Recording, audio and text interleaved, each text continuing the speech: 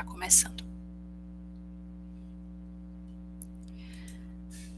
Então, hoje a gente vai falar um pouquinho sobre o trabalho que eu deixei disponível até 18h20 de hoje. Não significa que se você não entregar até esse horário que você não possa entregar, você pode entregar. Só que um dos requisitos é que essa entrega seja dentro do prazo. Então, se você, por algum motivo, não conseguir fazer e entregar depois, o sistema vai avisar e eu vou descontar uma pontuação desses 2 pontos que se referem ao prazo de entrega. Ficou claro? Essa parte? Sim. Como professora, não entendi muito. Oi. Cortou um pouco aqui pra mim. Oi. Tem como repetir porque cortou um pouco aqui pra mim. Eu falei que a data de entrega é até hoje, 6h20 da noite. Mas se você não conseguir entregar, ou você entregar um tempinho depois, às vezes vocês não conseguem concluir às 18h20, eu vou penalizar com a pontuação. Então, vocês não irão receber os 2 pontos de entregar dentro do prazo, entendeu? Eu posso descontar meio ponto, 1 ponto, de acordo com o tempo que você demorar para entregar. Então, quanto antes entregar, melhor. Certo? Entendi agora, obrigada. Pronto. Qual foi o meu objetivo com essa atividade aí? Foi fazer vocês refletirem um pouquinho sobre essa relação que existe entre a linguagem escrita e a nossa capacidade de estudar matemática, por exemplo. Certo? Então, a questão A, você vai responder baseado também nas palestras que vocês tiveram na semana passada. Vocês tiveram palestras sobre leitura e sobre organização de estudos, né? Aquela coisa de disciplina, meta e tal. Então, na questão A, eu perguntei: existe algum benefício no hábito de leitura para aprender matemática? Na opinião de vocês? Você está perguntando, e se caso eu não tivesse assistido nenhuma? Então, pensando nisso, eu confesso que eu não sei se a palestra foi disponibilizada, mas, de qualquer maneira, eu coloquei aqui como um dos critérios a fundamentação das respostas e a citação das fontes. Ou seja, nada impede que você pesquise em um site, que você procure, por exemplo, uma reportagem, um vídeo do YouTube que fale sobre o assunto. O que você pode assistir e pode se basear nesses locais, mas o que eu estou pedindo é que você cite a fonte, entendeu? Vocês não tiveram aula de como citar fontes de jornais, revistas e livros, certo? Mas se você me disser lá no final, referência bibliográfica, ou então referência, se for só coisa digital, você vai copiar, por exemplo, se for à mão, você vai ter que copiar o link da página, tá bom? Eu posso até mostrar para vocês como referenciar, por exemplo. Deixa eu compartilhar minha tela aqui novamente com outro local. Vou pegar aqui uma apresentação minha que eu fiz isso.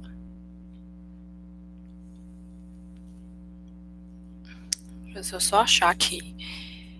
Só um momento.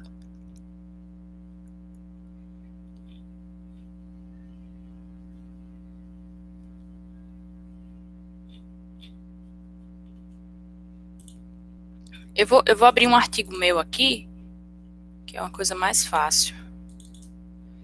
E aí, quando a gente escreve um artigo, alguma coisa desse tipo, a gente precisa fundamentar a nossa resposta, por exemplo.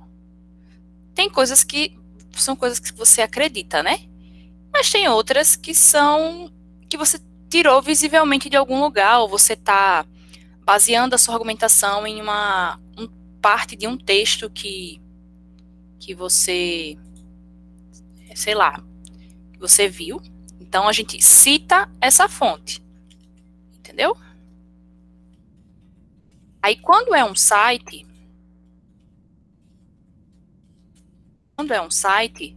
a gente precisa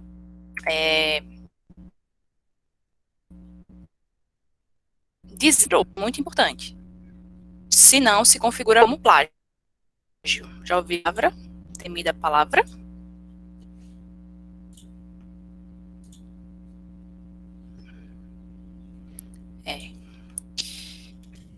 Tá ruim, viu? De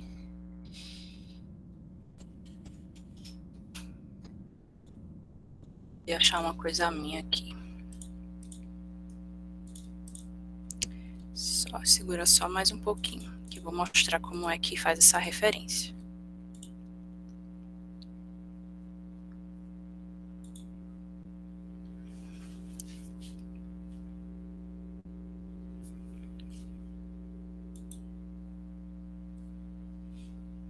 Aqui, pronto. Uma das coisas que eu fiz nas férias, eu faço uma especialização, tá?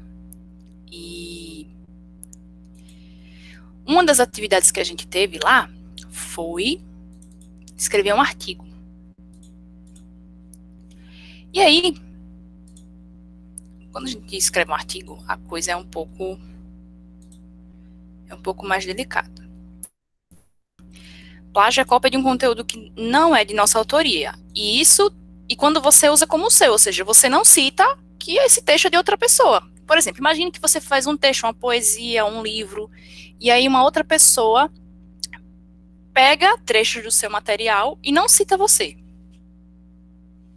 Você vai gostar disso? Já aconteceu comigo e eu não gostei. Não é legal. Entendeu? A não ser que você deixe, que você autorize as pessoas a fazer isso.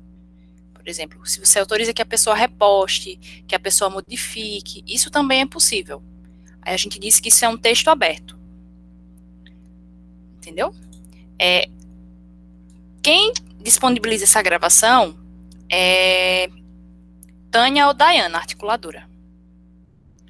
Pode ser que esteja lá, mas não tenha sido divulgado, entendeu?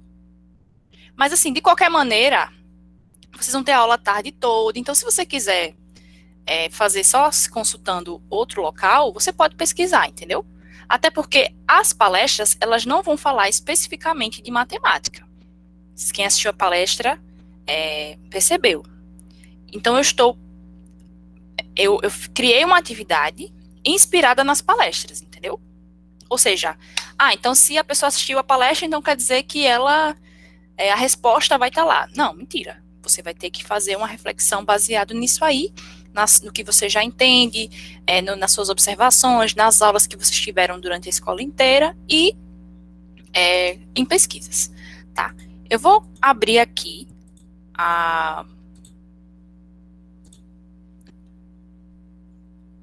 uma janela. Vocês estão visualizando aqui esse artigo? Sim, tô vendo. Pra mim ainda não. Agora sim. Vamos lá. Agora sim? Sim. Sim. Então, como é que seria uma citação? O que é que isso significa? A gente escreveu, né, começou, aí eu fiz uma afirmação aqui, ó. O ensino de matemática tem recebido fortes contribuições de recursos computacionais com o objetivo de proporcionar aprendizagem. E aí eu citei um livro que fala sobre isso. Eu estou dando um exemplo, tá? Não quero que vocês façam assim, não. Só estou dando um cenário geral. Tá bom? Aí, tá desse jeito porque tem uma regra para esse tipo de citação. Então, eu estou citando um livro de 3 autores. Aí vamos lá para as referências. Aí lá nas referências, olhe só quantas referências tem o nosso trabalho. Claro que o de vocês não vai ter essa quantidade, tá? Não é o objetivo da gente aqui. Aí eu venho aqui em Giraldo. Tá vendo aqui o livro? A gente colocou como referência esse livro. Mas, o que acontece se eu citar um site? Ou citar algo que está na internet? Eu tenho aqui. Aqui é uma citação direta. A gente pegou o texto da pessoa e fez um recuo para dizer que não é nosso texto. Tá bom? Isso não quero que vocês façam desse jeito. Mas é só para vocês entenderem a seriedade que tem que haver nessas situações. Então, esse texto daqui está disponível na internet, ele não tem um local físico, não é um livro, nem uma revista física da Rotter. Aí, esse site, a gente colocou aqui, da Rotter, e tem o texto. Aí, a gente colocou quando a gente acessou e o link. Aqui, ó. Então, eu quero que vocês escrevam isso aqui. Ah, professora, é muito grande. Eu quero que vocês escrevam. Se for fazer escrito, aliás, digitado, copia e cola o linkzinho, tá bom? Então, a ideia é essa, que vocês, se vocês usarem uma reportagem, alguma afirmação que você tirou de algum lugar, citem a informação. É só isso que eu estou pedindo.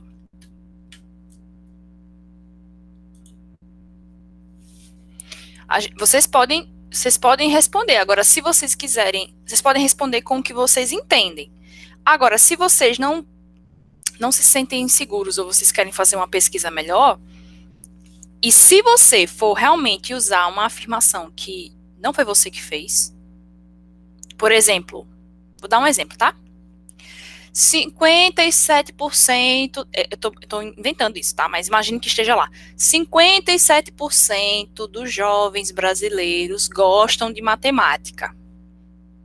Você tem que me dizer de onde foi que você tirou isso. Por quê? Você fez uma pesquisa que diz isso? Você verificou isso? É uma informação muito precisa. Entendeu, Moisés?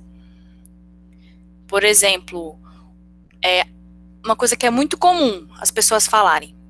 Com o passar dos anos, os alunos têm demonstrado cada vez mais dificuldade em matemática. Sim, de onde foi que você tirou isso? Você tem que dizer. Agora, você pode falar o seguinte, de acordo com a minha experiência de vida, eu observo que ao fazer isso, acontece aquilo. Isso é diferente, entendeu? Vocês conseguiram ver a diferença? Sim. Pronto. Aí vamos retomar aqui para a atividade em si.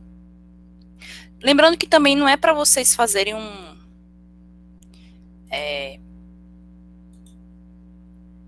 dá para vocês fazerem uma atividade relativamente simples e que cumpra o objetivo, tá certo? Não quero também ninguém se angustiando com isso aqui, não. Tá. Aí, assim, tem que ter cuidado com os termos vagos, mas eu não quero respostas vagas. Você tem que responder e tem que argumentar o seu ponto. Por exemplo, existe algum benefício no hábito de leitura? Sim ou não? Se você acredita que sim, se você entende que sim, você vai justificar. Entendeu? Se você diz que não, você também vai ter que defender o seu ponto. Imagine que a gente está na aula e eu pergunto e você vai dizer sim, e eu vou dizer sim, por que você acha isso? Aí você vai dizer, eu li em algum lugar que realmente quem lê, ou então eu li que não faz diferença, entendeu? Ou então, aconteceu comigo que quando eu comecei a ler mais, eu melhorei nas disciplinas, ou o contrário, entendeu? Você vai ter que defender o seu ponto. Aí na questão B, na sua opinião, eu estou aqui falando sobre a sua opinião. Então, é a sua opinião. Gostar de ler tem a ver com hábito ou talento? Ou seja, você acha que algumas pessoas simplesmente gostam de ler porque elas nasceram gostando ou é porque elas desenvolveram o hábito? Isso foi falado na palestra. Aí eu complemento. E em matemática? Aprender matemática básica tem a ver com hábito de estudo ou só talento? Será que, se eu desenvolver o hábito de estudar, será que eu vou aprender melhor? Ou eu só ter talento? Só quem tem talento vai conseguir aprender matemática, na opinião de vocês. Tá? Aí, você pode pesquisar, eu até sugeri que vocês pesquisassem para embasar a sua resposta, porque às vezes a pessoa não tem um ponto de partida, tá certo? Só isso. E na questão C, eu pedi para vocês criarem um cronograma semanal para estudar matemática. Alguns de vocês já podem ter esse cronograma. Então, se você já tem, é só você tirar a foto e geralmente o cronograma das disciplinas. Então, a questão C, pelo que eu entendi do integral, vocês já tinham isso. Eu acho que vocês fizeram isso aí em algum momento. Ou não? Eu não fiz, não, se eu não me engano. Mas mentalmente eu acho que alguns de vocês têm uma organização semanal, concordam? Mentalmente fica mais fácil. Sim. Então eu quero que vocês coloquem no papel. Por Aí exemplo, complica um pouquinho. vai estudar de segunda a sexta? Vai estudar dia sim, dia não? Estuda uma vez na semana? Aí você vai dizer, matemática. Cronograma, 2 pontos. Um exemplo, eu faço o seguinte, eu estudo todas as manhãs, terça, quarta e quinta, e sexta o dia inteiro. Isso é verdade. Professor de matemática. Obrigatório. São os meus horários de estudo. Posso estudar mais à noite? Posso, mas esses são os meus horários de estudo padrão. Significa que eu vou conseguir sempre? Não, mas é o meu cronograma. Agora, se você quiser montar a tabela com o cronograma completo, com todas as disciplinas, e deixar lá, ótimo, melhor ainda. E eu também não quero que vocês cheguem só para completar, Moisés, eu também não estou esperando que você diga que vai estudar 6 horas por dia. Não é o objetivo. Se você entende que você só vai estudar 15 minutos por dia, eu prefiro que você coloque 15 minutos por dia e seja algo verdadeiro. Tá bom? Porque é algo que tem que funcionar para vocês. Eu não vou ser aqui a fiscal de estudo de ninguém. Até porque eu não tenho nem condição, mesmo que eu quisesse. E não é o certo. Tá? Diz, Moisés.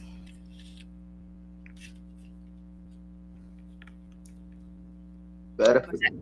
É porque, assim, eu não sei se é um costume bom, um costume ruim. Toda vez que eu acho a aula complicada, logo depois da aula que eu estudo. Eu não, espero o dia inteiro para estudar só depois da última aula do dia. Porque aí a cabeça já fica doendo, já fica um monte de informação no cérebro e não dá para se concentrar direito. Aí logo depois da aula, se eu tiver alguma dificuldade, eu me aprofundo um pouco mais. Entendi. Eu vou dar uma referência aqui para vocês, que pode ajudar vocês a pensar nessa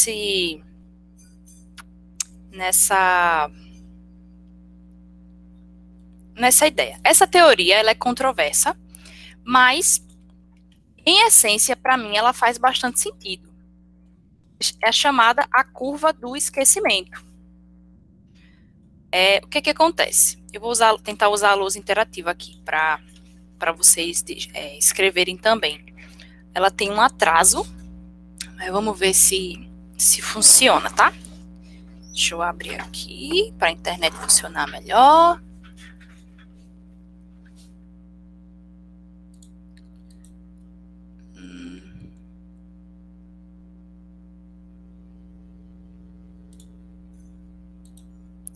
E aí eu estou compartilhando com vocês para que vocês possam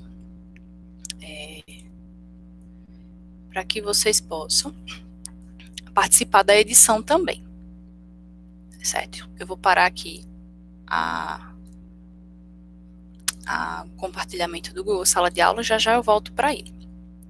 Vocês estão vendo a lousa interativa agora?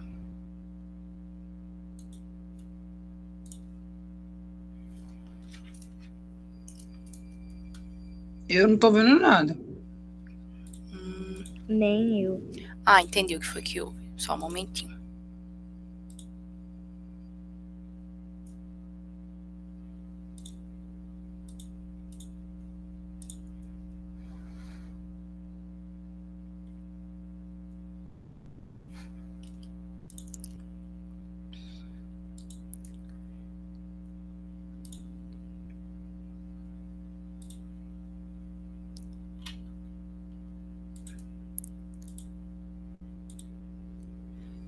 Aqui, ó. Eu vou compartilhar aqui, vocês vão visualizar e vocês podem editar também, caso queiram, tá?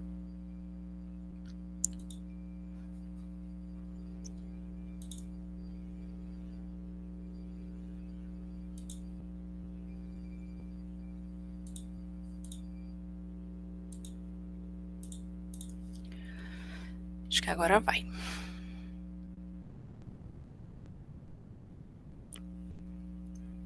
Estão vendo Foi. aí? Tô vendo a tela. Beleza.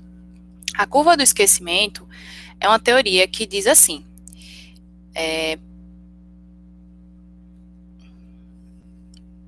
aproveitando o que o Moisés comentou.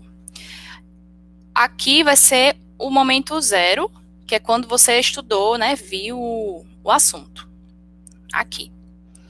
Aí, o que a teoria diz? Diz que com o passar do dia, aliás, dos dias, você vai dormir, vai acordar, vai acontecer um monte de coisa, você vai assistir série, vai ajudar sua mãe em casa, ou seu pai ou algum parente, vai sair, vai se divertir, vai ficar triste, ficar alegre, ou seja, uma série de coisas vão acontecer com você, ambientais ou psicológicas, de maneira que o seu conhecimento, se você não retomar ele, ou seja, se você não revisá-lo, ele vai, a lembrança que você tem desse assunto vai cair cada vez mais.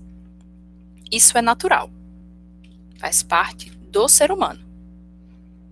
Então, o que você, enquanto pessoa que quer fixar esse conhecimento, pode fazer? Você pode fazer revisões. Então, quando você faz essas revisões a cada dia, você vai fazendo com que o que está retido não seja tanto. Aliás, o que você esquece não seja tanta coisa. Então, você vai revisando e aquilo vai sendo fixado na sua mente até que você não precise mais fixar, ou seja, a sua memória, ela impregnou. É o que acontece, por exemplo, com os professores. A gente estuda muito, está sempre falando sobre determinados temas, então a gente está sempre revisitando. E aí, a maioria dos professores vai ter aquele assunto memorizado, ele não vai precisar revisar tanto como quem está vendo pela primeira vez. Entendeu? Então, o que o Moisés faz? Ele revisa aqui, certo? Agora, se ele revisar no outro dia, ele vai perder um pouquinho. Aí, se ele revisar no segundo dia, ele vai lembrar e tudo bem, ele não vai lembrar 100% do que aconteceu na aula, mas ele vai fixando. Agora, mesmo que Moisés revise depois da aula, se ele não revisar nos outros dias, aquele conhecimento vai se perder de forma mais significativa. Deu para entender? Sim. É isso que se trata a curva do esquecimento. Jefferson, como aprender o próprio nome? Perfeito. Hoje, você sabe o seu nome, você não lembra mais o sofrimento que foi quando você foi aprender o seu nome, quando você foi aprender a escrever. De tanto que você escreve. E o que acontece com pessoas que não têm o costume de escrever ou tiveram algum problema na época de alfabetização? Elas têm dificuldade de escrever, mesmo adultas, quando essa educação formal é interrompida, por exemplo. Entendeu? Ou quando você passa muitos anos fora da escola e não completa o seu ciclo de educação básica. Entendeu, Moisés? Não significa que o que você está fazendo é errado. Não, ótimo. Mas você precisa revisitar os temas diariamente. Aí você pode perguntar, por exemplo, é como o Duolingo, professor, que é aquele aplicativo, ele não tem lá a meta diária? Aquilo é justamente para que você faça um pouquinho todo dia e você memorize coisas, né? De pouquinho em pouquinho você vai memorizando, aprendendo. Oi. Eu uso como complemento a aula passada. Tipo, se eu tivesse uma aula da senhora antes de ontem e essa aula de antes de ontem fosse a de hoje fosse continuação, eu não ia conseguir fixar na minha cabeça a aula de hoje sem dar uma passada na aula de ontem. Perfeito. É como se fosse um quebra-cabeça faltando a peça anterior. Perfeito. E aí, às vezes, é o que acontece aqui, né? Eu monto uma aula que já exige um pouco mais de vocês, então se vocês não revisaram, aí nem sempre é porque o professor é ruim. Nem sempre é porque o professor não dá uma aula boa. O professor, ele tem um papel e o aluno também tem o seu papel. Ok? Então, eu coloquei aí esse artigo da Wikipédia para que vocês possam pensar e vocês podem procurar em outros. Essa teoria, nem todos acreditam nela, tá? Mas, em matemática, ela faz muito sentido. Ok? Então, para a gente finalizar, tem os critérios de avaliação que estão lá, tá bom? Então, se você responder as atividades, se você... cadê?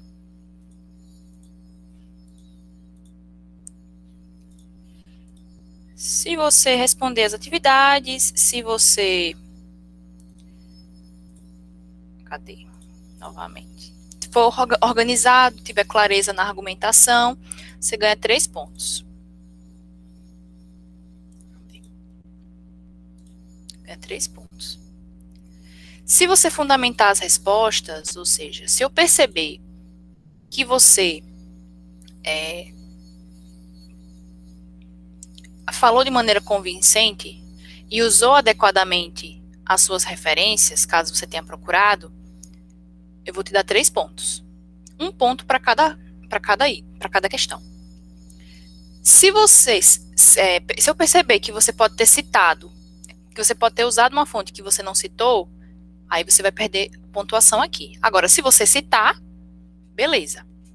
Entregar dentro do prazo 2 pontos e realizar a atividade em 2 páginas, frente e verso de uma folha, e anexar corretamente no Google Sala de Aula. Você vai ganhar 1 pontinho.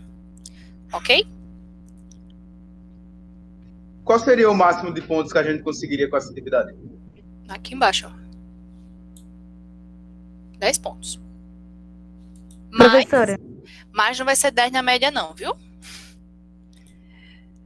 Diga. é necessário fazer frente e verso? Não, eu coloquei frente e verso para vocês não acharem que eram 2 folhas, entendeu? Foi mais por aí. Sim. Então, vamos retomar aqui brevemente. O prazo até hoje é por... Até hoje, 6h20, mas eu tinha passado essa atividade lá na quinta-feira, né? Mandei pelo WhatsApp, mas eu também postei na quinta-feira, se eu não me engano. O pessoal aí dos prazos é que vai saber melhor. Estou aqui com a tela em branco. Estão vendo? Sim. Então, Sim. vocês têm 15 minutos para me dizer o que vocês lembram de probabilidade. E a gente vai escrever aqui. Tem números. Ok, probabilidade. Mas como que seria esse número? O que é uma probabilidade? Eu gosto de pensar nela como uma trapaça legal. Uma trapaça? Por que uma trapaça? Porque a gente consegue uma vantagem.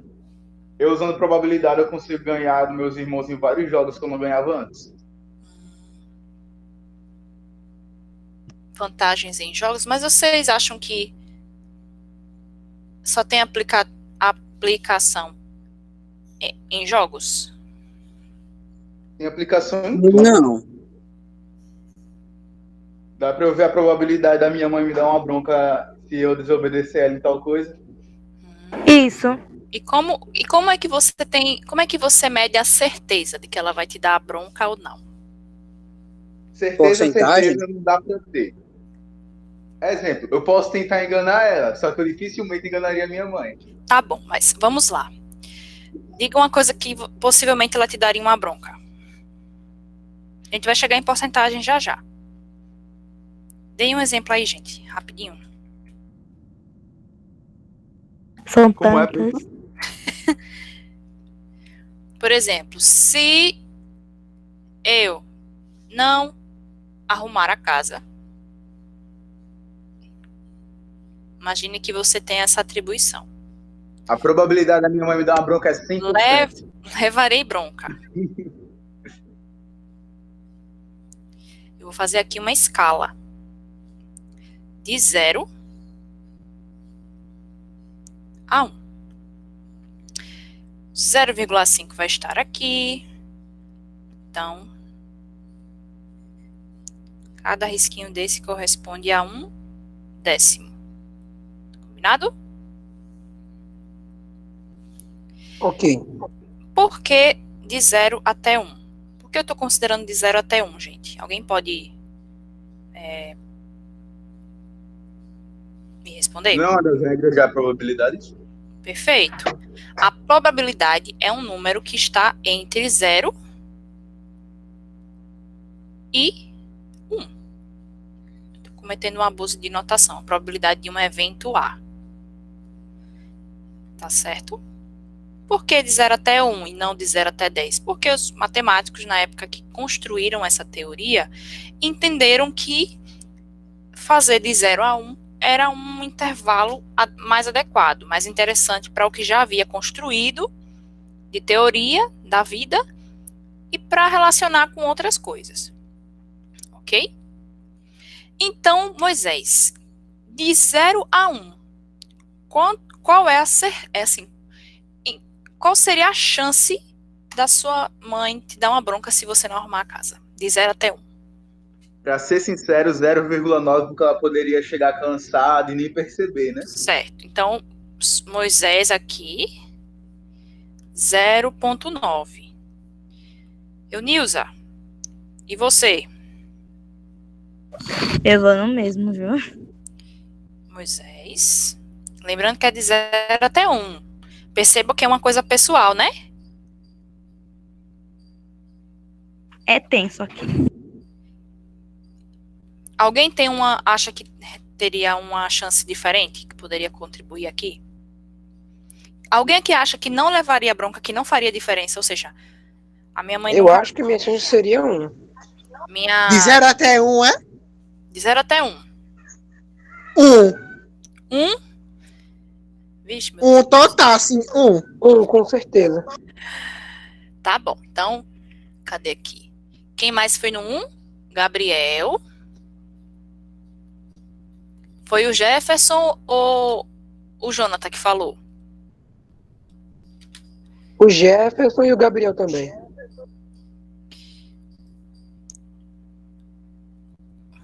O Jefferson.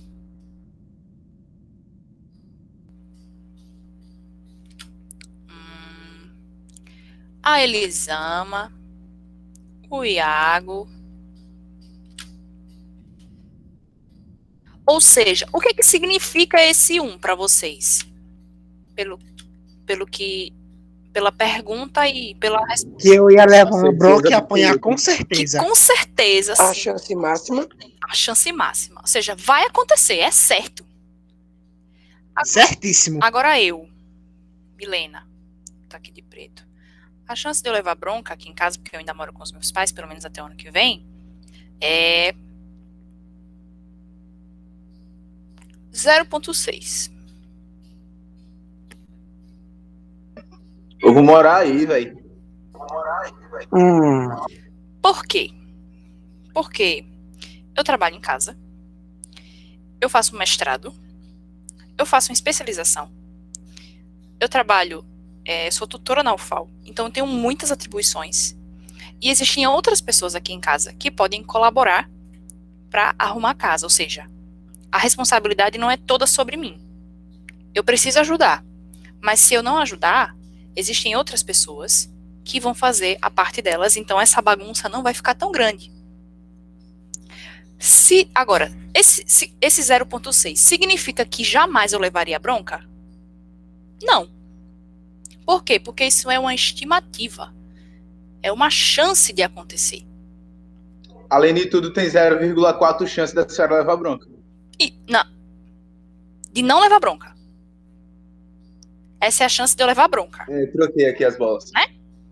Agora, você pode ter um caso de uma pessoa que é muito comum, assim, para quem tem um poder aquisitivo maior, que é zero. Por exemplo, É a pessoa que os pais já não têm expectativa nenhuma mais. o Gauss. Vamos chamar o Gauss. Depois vocês podem pesquisar quem foi Argan Gauss, tá? Um matemático. Gauss, ele não tem chance de levar bronca. Porque alguém faz esse trabalho na casa dele. Então, ele pode ajudar? Pode, mas ele também pode não ajudar. Certamente ele não vai levar bronca, porque não é uma atribuição dele. Ou seja, uma mesma atividade para pessoas diferentes podem ter chances diferentes de acontecer. Entendeu? É uma estimativa. A probabilidade, ela lida com a incerteza, ela te dá uma ideia de convicção diante de algo que pode ou não acontecer. E aí, como é que você atribuiu a nota 0,9, a probabilidade 0,9 ou a probabilidade 1? De acordo com a sua casa, com a relação com a sua família, né? De acordo com as regras que existem na sua casa, não é isso?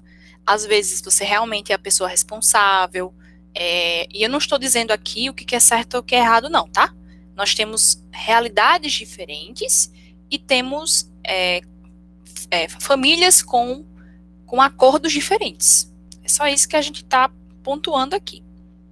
Então, a probabilidade, em geral, ela pode ser entendida como a certeza que você tem de que aquilo vai acontecer ou não. E aí tem até um exemplo do livro que ele fala assim, por observação, as pessoas entendem que, de tanto elas verem que após, você tem céu nublado, e muitas vezes, depois que o céu ficou nublado, choveu. Então as pessoas, antes de ter a teoria aí de probabilidade, elas associaram que, geralmente, quando tem nuvem formada no céu, muita nuvem, é porque vai chover depois. Existe uma chance muito grande. Mas significa que sempre vai chover no momento que aquela pessoa espera? Não. Ou seja, existem situações que a gente consegue pensá-las com certeza e outras que não. Então, como é que a gente pode lidar com a incerteza? Uma das maneiras é por meio da probabilidade. Esse é um dos motivos da probabilidade ser tão importante para a humanidade. E é um dos motivos da gente estudar probabilidade na escola. Entendeu? Deu para relembrar essa parte? Entendido. Ok. Então a gente estudou aqui. Nas aulas passadas, alguns conceitos. A gente viu a definição dessa probabilidade. Alguém tem anotado aí?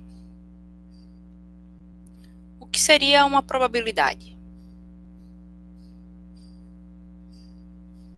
Vocês vão pesquisar dentro das anotações de vocês e das nossas aulas.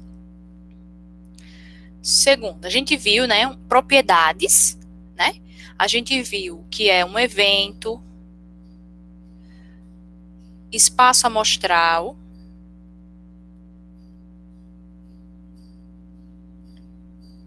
a gente viu adição de probabilidades, ou seja, Arranjo. Isso foi um pouquinho antes, mas a gente pode usar combinatória também, tá? Essas duas áreas se interrelacionam.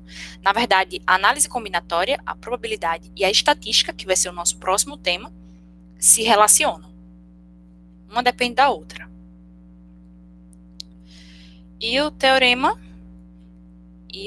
da união. Então, por exemplo, você tem um evento E,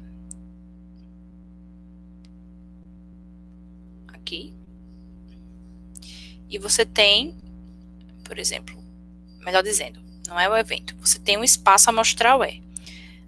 Por exemplo, os números de 1 até 5. E você quer saber qual é a probabilidade de sair um número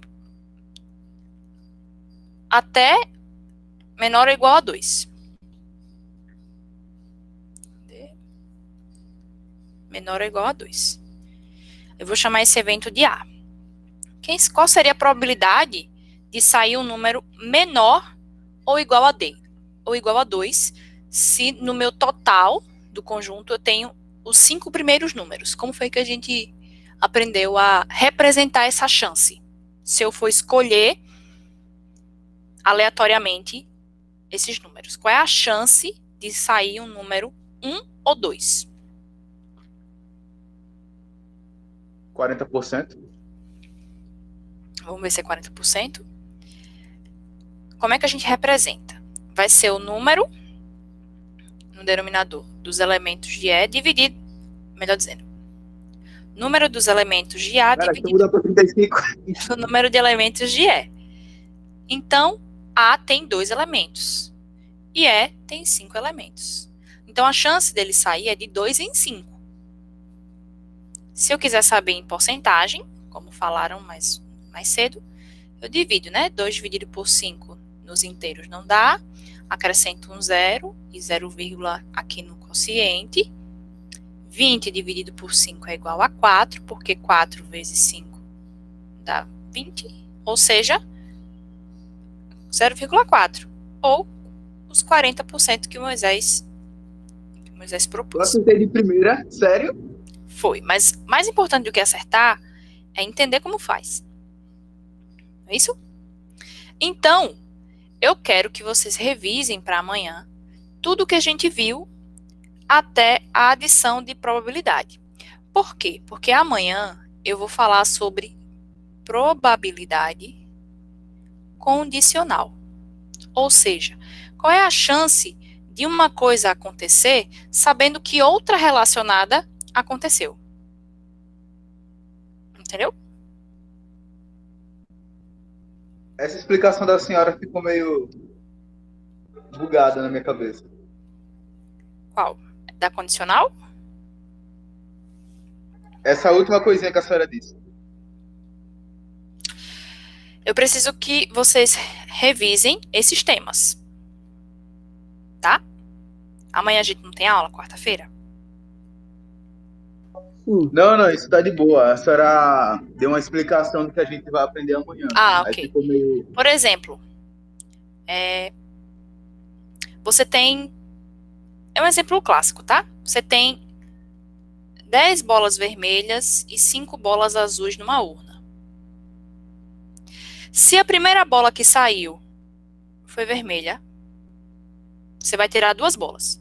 Se a primeira bola que saiu foi vermelha, qual é a probabilidade da segunda bola sair azul?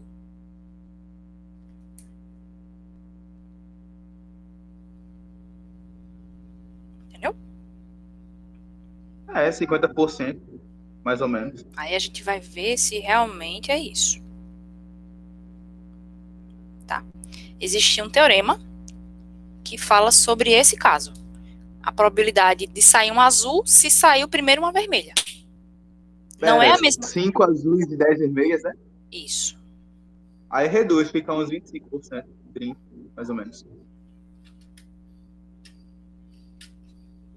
Escreva para mim como foi que... Agora não, porque vai encerrar a aula, mas você escreve para mim como foi que você pensou e manda para mim. Pode ser? Por mim tá de boa. Pronto. Que aí a gente vai comparar com o que eu mostrar amanhã. Certo? Ok. Bom, gente, nossa aulinha acabou. E aí eu tô na esperança da gente terminar a probabilidade. E aí, caso a gente volte realmente na semana do dia 16 de agosto, eu vou ver como que a gente faz para dar uma revisão, mas possivelmente na próxima quinzena, eu comece com estatística já, tá? Então, peguem um livro, leiam um livro, certo? E lembrem-se que tem que estudar um pouquinho todos os dias, tá certo? Nada de 4 horas por dia, porque vocês têm outras coisas para fazer. Mas separem um tempinho para estudar. Combinado assim? Sim. Muito obrigada pela presença de todos. Bom almoço e até amanhã.